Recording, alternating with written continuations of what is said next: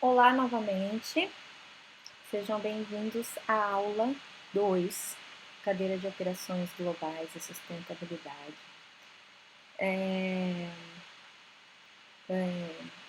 Hoje nós vamos continuar onde nós paramos na aula 1, semana passada. Então, nós vamos ver aqui.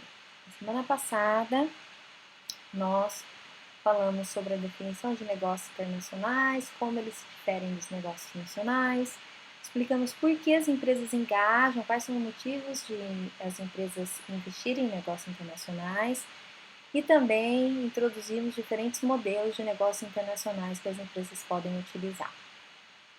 Hoje, na aula 2, nós vamos continuar falando dos diferentes modelos que as empresas podem utilizar, ilustrar o papel da ciência social na compreensão dos negócios internacionais, prover uma visão geral dos padrões para a expansão internacional e descrever as forças que afetam os negócios internacionais. Okay? Então, iniciando a nossa aula, nós vamos falar dos determinantes de vantagem competitiva, o famoso diamante de Porter. Então, nós começamos por estratégia, estrutura e competição, ligado a condições de demanda, ligado a indústrias de suporte e relacionadas, ligados às condições dos fatores, e todos esses entreligados uns aos outros. Então, para criar uma vantagem competitiva, de acordo com o Porter, a empresa é importante não só as condições de demanda, as condições, os fatores que foram analisados, fatores climáticos, fatores de recursos humanos, todos os outros fatores, mas também a estratégia, estrutura e competição da empresa e as indústrias de suportes e relacionadas que estão próximas à empresa conforme a necessidade. Então vamos para o tópico, um tópico olhando para o futuro. O que é isso? Então vamos falar agora sobre o que está acontecendo. Existe um sentimento protecionista em crescimento. Com o crescimento dos negócios internacionais nos países, as trocas internacionais cujas quais se utilizam de vantagens competitivas adquiridas ou não, absolutas ou não, existem empresas também, conforme entram novos competidores e a demanda ela é limitada, sempre existe as empresas que não conseguem continuar se inovando o suficiente, mudando sua estratégia suficientemente rápido, de acordo com as necessidades, para que elas possam se manter no mercado. E muitas empresas falham. Então, existe um sentimento protecionista crescendo dentro dos países, considerando que quando essas empresas, considerando que talvez a indústria nacional possa estar sendo prejudicada, algum tipo da indústria nacional. Lembra quando nós falamos da história da indústria têxtil e da China entrando? E que o governo colocou um sistema anti-dumping, uma licença especial para importar tecidos, principalmente tecidos não naturais da China. Isso é o protecionismo sendo praticado no mercado. Com o crescimento de economias locais de múltipla eficiência de produção aumentam. Então, o crescimento das economias, esses locais com múltipla eficiência de produção vão aumentando. Então, elas têm eficiência de produção muito grande em grandes economias do mundo. Temos também o crescimento de métodos flexíveis e de pequena escala de produção, como robótica, automação de processos. Esses crescimentos de métodos flexíveis também estão bem voltados para os produtos, para o futuro, perdão. E serviços crescem mais rápidos do que produção em países industrializados. Em países com alto nível de industrialização, o nível de serviço, o serviço gerado, o valor gerado por serviços é maior que o valor gerado por itens industrializados. Então, assim, por exemplo, tem muita coisa que você vê quando você compra. Se você comprar um iPhone, você vai ver que está escrito assim, designed in California, né, feito, né, desenhado lá, todo o design dele, e fabricado na China. Então, quer dizer, os Estados Unidos, lá nos Estados Unidos, o que eles fazem? Eles prezam o serviço. E a industrialização fica para um terceiro país. Então, a mesma linha que nós olhamos anteriormente, negócios internacionais, operações e influências. Nós estávamos falando de fatores sociais e físicos como influência externa e como esses afetam os objetivos e as operações e vice-versa, como os objetivos e as operações afetam os fatores sociais, respondem aos fatores sociais e políticos, e como o ambiente competitivo afeta a estratégia que as indústrias utilizam para a internacionalização. Agora vamos falar de ideologias políticas e impacto do sistema político nas decisões de negócios, formulação e implementação de estratégia e ambiente legal. Esses, todos ligados a fatores sociais e físicos e influências externas. Vamos começar por política. Ideologias políticas básicas. Isso aqui, conforme diz, é básico. Ideologia política é um corpo de ideias, teorias e metas que constituem um programa sociopolítico. Sociedade pluralista. Diferentes ideologias coexistem, pois não há uma única que é aceita por todos. Isso dificulta a compreensão do ambiente político para negócios. O grande teste de qualquer sistema político é a habilidade de manter a sociedade unida apesar das pressões de ideologias diferentes.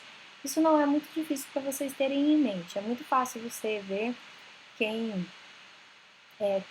existem diferentes visões de democracias e diferentes visões de totalitarismos, diferentes visões de como o sistema político deve funcionar. Ideologias também podem ajudar países a se unirem. Dependendo da ideologia que é utilizada, o país fica muito unido. Por exemplo, uma ideologia totalitarista como o fascismo, como o nazismo. Quanto operar em países políticos, é importante entender as potenciais de tensão e estabilidade política. Então, por exemplo, por que nós estamos sofrendo nesse momento na nossa economia um grande viés de investimento? Por que nós estamos, caímos já no grid de investimento internacional, a nossa nota caiu. E por que é importante analisar as condições, potencialidade de tensão e estabilidade política? Porque, dependendo do tipo de instabilidade política, isso pode dificultar muito a operação dos negócios ou mesmo a própria estratégia, se você ainda não entrou, para você entrar em algum país com uma tensão política, ela tem que ser diferente. Então, vamos dar uma olhada no espectro político básico. Como espectro básico, nós temos democracia e totalitarismo. E governo democrático e não democrático. E aqui nós estamos falando de tudo o que é democracia e não democracia. Então, nós temos o reacionismo, o governo reacionista, que ele reage a pressões, o governo conservador, que ele é um pouco mais protecionista, o governo liberal, democrático liberal e o democrático radical. Isso tudo é democracia. Governo não democrático, nós temos o autoritarismo, o fascismo, o comunismo e o autoritário novamente. Porque quando você se fala de totalitarismo e não democracia, todos esses governos eles são alinhados com ou um partido, uma ideologia, um partido e uma figura política forte, somente. É nisso que tem a base do governo. E as decisões são totalmente voltadas dentro do próprio governo, elas não são democráticas, diferente da democracia. Então, para você analisar, como é que você vai analisar indicadores de direitos políticos? Como é que você vai verificar, analisar o sistema político de um país para você investir? Primeiro, grau de eleições competitivas e justas. Habilidade dos leitores de dotar representantes em poder real. Então não adianta você colocar lá um representante do povo, mas ele não tem poder real. Habilidade de organizar partidos políticos livremente. E existência de salvaguarda dos direitos das minorias. Indicadores de liberdade civil também devem ser verificados quanto a totalitarismo e não democracia. Existência de uma imprensa livre, igualdade da legislação para todos os indivíduos, extensão da liberdade social pessoal e grau de liberdade grau de liberdade entre extrema indiferença política e corrupção. Vamos dar uma olhada no estudo sobre a guerra dos Estados Unidos e o Iraque. Por que nós vamos dar uma olhada sobre isso? Na guerra dos Estados Unidos e Iraque, que eles falavam também que lá não havia democracia e tal, e a análise feita, por exemplo, sobre a liberdade de imprensa e direitos políticos. Então, houveram pesquisadores que estudaram os programas de televisão de notícias de 6 redes nos Estados Unidos e canais de notícias por 3 semanas, começando do dia 20 de 3 de 2003, data do início dos bombardeios no Iraque. O estudo analisou as conexões e visões sobre mais de 1.600 fontes que apareceram com histórias sobre o Iraque. Ok? Então, o que eles acharam? Espectadores eram 25 vezes mais propensos a assistir a uma fonte pró-guerra do que uma fonte contra a guerra. Fontes militares foram mostradas 2 vezes mais do que fontes civis. De um total de 840 fontes do governo e militares americanos, apenas 4 foram identificados como pacifistas. As aparições de pacifistas eram limitadas a uma frase ou pequenas frases. Nenhuma entrevista foi conduzida por algum pacifista. Então, o que isso quer dizer? Apesar de nós falarmos de liberdade civil, imprensa livre, liberdade de expressão social, considerando a situação política do Iraque contra os Estados Unidos, depois do ataque do 11 de setembro e tudo, o que nós podemos ver é uma imprensa e uma população completamente virada a favor da guerra. Então, aí, quanto a isso, você vê que direitos políticos e liberdade civil, eles estão ligados. Mas assim, eles não são totalmente, mesmo para países que se consideram livres, eles podem não ser totalmente livres, considerando a opinião geral da população ou mesmo o viés que a própria imprensa pode dar para essa população, para essa opinião geral. Democracia, quais são as suas características? Liberdade de opinião, expressão, imprensa e organização. Tem eleições, tempo de governo limitado para oficiais eleitos.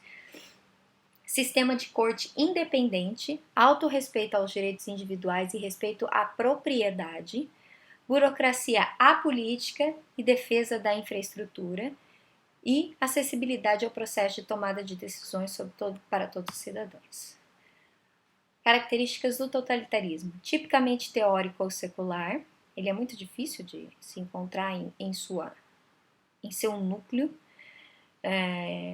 está no ponto oposto da democracia no espectro político, é claro. Ordem é geralmente imposta através de poder limitar, partido único ou um grupo ou um indivíduo monopoliza o poder político e não reconhece ou permite qualquer tipo de oposição. Totalitarismo no mundo, onde nós mais encontramos totalitarismo, maioria da população muçulmana. Frequentemente confronta as pressões do Islã fundamentalista. Então, existe o Islã fundamentalista que ele tem pressões muito fortes em governos, em nações muçulmanas. Sociedades multiétnicas, onde o poder não é de um grupo étnico dominante. Sociedade neocomunista ou pró-comunista, ou pós-comunistas. Muitos estão rastejando ao modelo de mercado devido a mudanças políticas e econômicas do mundo. Então, o que acontece? O totalitarismo está tentando sobreviver Porém, devido às mudanças políticas e econômicas no mundo, eles estão sofrendo pressões internas para se abrirem cada vez mais. E essa é a tendência. Apesar de nós termos países que têm um totalitarismo muito forte, como por exemplo a Coreia do Norte, mesmo assim, existe uma pressão política e econômica acontecendo e a população, ela vê isso, a população ela consegue tomar ciência disso, haja visto que os meios de comunicação são muito grandes e muito fortes para que se possa isolar os indivíduos dessas informações. Então, a tendência é que o totalitarismo acabe se dissipando. Então, vamos lá em negócios. Riscos políticos para negócios internacionais. Liderança política, quando, por exemplo, muda o presidente. Caso agora estamos passando eleições presidenciais nos Estados Unidos. Então, existe, apesar dos Estados Unidos ser um país de alto grau de democracia, riscos políticos para negócios dependendo do político que assumir. Desordem civil, devido a condições econômicas, violação dos direitos humanos, grupos hostis, dificuldades em processo de compras, greves, atraso de carregamentos, danos em propriedades. E relações entre países de origem e país de destino. É muito importante existir uma boa relação entre origem de países e destino, entre os países de origem e destino que vão ser feitos as transações internacionais. Esses países, se eles não tiverem uma boa relação política, isso pode danificar o processo de comércio internacional entre os mesmos. Instrumentos políticos que se usam, que as nações usam para controlar os negócios internacionais. Tarifas, exportação, trânsito, importação, várias tarifas. Subsídios às indústrias locais para elas aumentarem a competitividade e diminuírem seus custos. Ajuda em empréstimo local, nacional. Valoração aduaneira e cotas. Estratégia política para negócios internacionais. Então, você vai internacionalizar seu negócio e você está vendo os países em que você vai entrar. Primeiro, você tem que identificar o problema. Existem barreiras comerciais? Quais são os padrões ambientais, padrões políticos ambientais seguidos? Existem direitos dos trabalhadores, etc. Primeiro, você tem que determinar qual que é o aspecto político. Qual que é o aspecto político do problema? Avaliar as potenciais ações políticas de outras empresas, como elas estão lidando com o que está acontecendo e o que pode acontecer, principalmente de empresas nacionais, daqueles competidoras que seriam suas competidoras caso você entrasse nesse país. Identificação de indivíduos e instituições importantes para você e para sua empresa. E assim você formula a estratégia com objetivos chaves, com alternativas e possibilidades efetivas de se fazer negócio ou não. Então aqui, como vocês podem ver, é comparação de restrições e barreiras comerciais, né? Quanto mais aumentam aí impostos, se aumenta também, diminui a quantidade de vendas e aumenta o aumento de imposto, diminui a quantidade de vendas e aumenta o preço. A diminuição de impostos, ela diminui o preço e aumenta a quantidade de venda. Se existe uma restrição de importação, pode causar quantidade de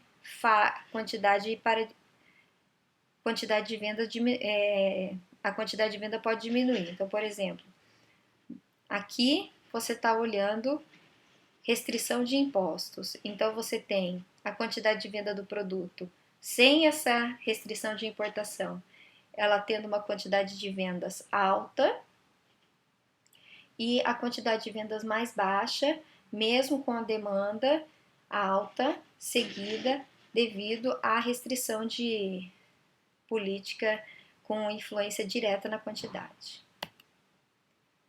Mas vamos conversar agora sobre o ambiente legal. Sistemas de legislação comum, tradição versus precedente. Então, por exemplo, Estados Unidos versus o Reino Unido. Legislação civil. Regras de negócio são parte dos códigos dos países. Nós temos a Alemanha, a França, o Japão. Então, se você vê, por exemplo, a legislação civil, você vai ver as regras de negócios que estão nos códigos da legislação civil. O que se pode ou se não pode fazer. E legislação teocrática, que é baseada em religião, em países como Sudão ou Paquistão. Então, você tem que analisar qual que é o tipo de legislação que está atuando no ambiente do país que você quer tomar. É uma legislação civil, é um sistema de legislação que trata comum, que se baseia em tradições e precedentes, ou é uma legislação teocrática baseada em precedentes religiosos? E os riscos legais para negócios internacionais. Relacionamentos de trabalhadores, por exemplo, padrões de segurança e saúde, Semana da Jornada de Trabalho, que é os direitos dos trabalhadores, política dos empregadores, proibição antitruste, que é de defesa de mercado, defesa do mercado nacional, relações contratuais, como funcionam nesses países, as práticas ambientais desses países, patentes, marcas e proteção de propriedade intelectual, se não existe já pelo menos dentro daquele país, requerimentos de imposto e declaração desses impostos nesses países. Para a gente ter uma linha geral para entender essas tarifas comerciais, nós tivemos o Acordo GATT, que foi colocado em 1947 por 43 países para abolir cotas e reduzir tarifas, aumentando o comércio internacional. Ele foi fundado para liberar o comércio internacional, requer que seus membros abram seus mercados igualmente para todos os outros membros. Ele não conseguiu forçar o cumprimento de tais normas, haja visto das vantagens competitivas que nós falamos na aula anterior. E ele foi substituído pela Organização Mundial do Comércio, que é a OMC, em 1995. Hoje, a OMC tem 159 membros, diretor-geral ainda é o Roberto Azevedo. Ela adotou princípios de comércio do GATT, expandiu o comércio em serviços, investimento e propriedade intelectual. E os governos trazem à OMC práticas injustas de comércio internacional. Então, quando os governos que fazem parte da OMC, eles fazem parte dentro de suas regras. E se existe alguma prática injusta em que eles estão sofrendo de outros países ou de outro país referente a um tipo de produto, alguma família de itens, alguma propriedade intelectual, enfim, eles levam a OMC para que a OMC julgue essas práticas e determine, por exemplo, a possibilidade de antitruste ou dumping ou utilização de outras restrições. Aí, o que uma empresa pode fazer utilizando a influência do governo em comércio internacional? Elas podem mover operações para países com custos mais baixos. Elas podem concentrar em mercados que atraiam menos competição, adotar inovações internas, como aumento de eficiência, produção de qualidade superior, ou elas podem tentar conseguir proteção governamental. Em casos de governos mais protecionistas, em que existe um monopólio ou um oligopólio pequeno de um item que é muito importante, é muito provável que essa empresa consiga proteção governamental. Agora, nós vamos para uma reflexão. Essa reflexão é o seguinte: agora vocês vão seguir, né, logo após que nós acabarmos os slides, vocês vão seguir na sala de aula para o próximo link e assistir o vídeo. Vamos apostar tudo para vender sustentabilidade. Esse vídeo sustentabilidade vai apresentar para vocês o conceito de sustentabilidade e vai apresentar o caso da empresa IKEA. Aí, logo após isso, vocês vão seguir o próximo link, que é reflexão, e apresentar uma reflexão sobre sustentabilidade em sua empresa. Como ela é considerada, como deveria ser considerada, qual a sua perspectiva sobre sustentabilidade nas organizações? É realmente uma obrigação? das empresas ou é somente uma coisa boa a se fazer? O que você entende sobre essas organizações? Isso vocês vão conseguir responder depois de assistir o vídeo, ok? E isso vocês vão fazer no Moodle. Então, vocês vão primeiro no link do vídeo, depois vocês vão no link reflexão, ok? E aqui vocês têm as referências que foram utilizadas nessas aulas e o trabalho final. O trabalho final, ele é aceito até a próxima sexta-feira, vai estar mostrando para vocês no Moodle também logo a seguir. Então, vocês vão considerar um processo estratégico de operação internacional, importação, exportação, investimento, franchise, enfim. Quais os riscos políticos, legais e sociais? Vocês pegam aquela empresa que vocês utilizaram na primeira aula, que é a empresa de vocês ou uma empresa que vocês conhecem, e vocês consideram esses processos, e vocês vão considerar riscos políticos, legais e sociais, qual a vantagem, que vantagem competitiva ou ganho essa empresa está procurando, analisar o mercado no país escolhido do seu produto e formular a estratégia de internacionalização. Para ajudar a formular essa estratégia, vocês podem utilizar o FOFA, o sistema FOFA, que é sistema de forças e fraquezas e oportunidades e ameaças do ambiente. E, finalmente, vocês vão considerar sustentabilidade no processo, nesse processo de internacionalização. Esse sistema FOFA é isso. Então, o que é? Aqui vocês vão considerar o ambiente interno, pontos fortes e pontos fracos da sua empresa. E aqui vocês vão considerar o ambiente externo, oportunidades e ameaças do ambiente externo. Com isso, com esse quadro feito, fica muito mais fácil vocês conseguirem formular uma estratégia de internacionalização de mercado. Então é isso. Eu gostaria de agradecer a todos e eu continuo disponível para qualquer contato. O meu contato está no Moodle, e-mail ou Skype. Qualquer dúvida que vocês tiverem em relação ao trabalho, em relação aos relatórios que vocês vão ter que colocar. Eu espero que vocês tenham gostado da aula, eu espero que vocês gostem do vídeo que vocês vão assistir, que é muito interessante. E espero que vocês usem todo esse conhecimento passado para vocês nas suas decisões, no seu trabalho e, enfim, na carreira de vocês. Muito obrigada pela participação.